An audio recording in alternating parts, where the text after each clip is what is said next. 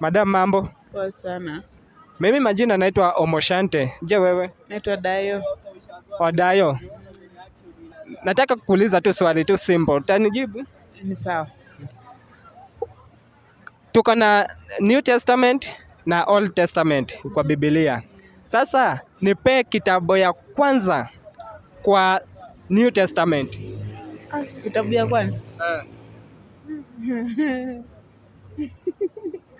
Sijui kitabu. Mimi najua kitabu ya shule. Mimi hiyo yenye unauliza mimi sijui. Sawa. Kwa Biblia tuko na Psalms, tuko na Matthew, tuko na Luke. Ngoja, hizo si majina za watu naita. Hizo ni Biblia. Hizo ni vitabu za Biblia. Mimi hizo maana naona ni majina za watu. Mimi kitabu najua ni ya shule pekee yake. Kwanza najua Kiswahili. Sawa, hebu tuambie Bible verse moja.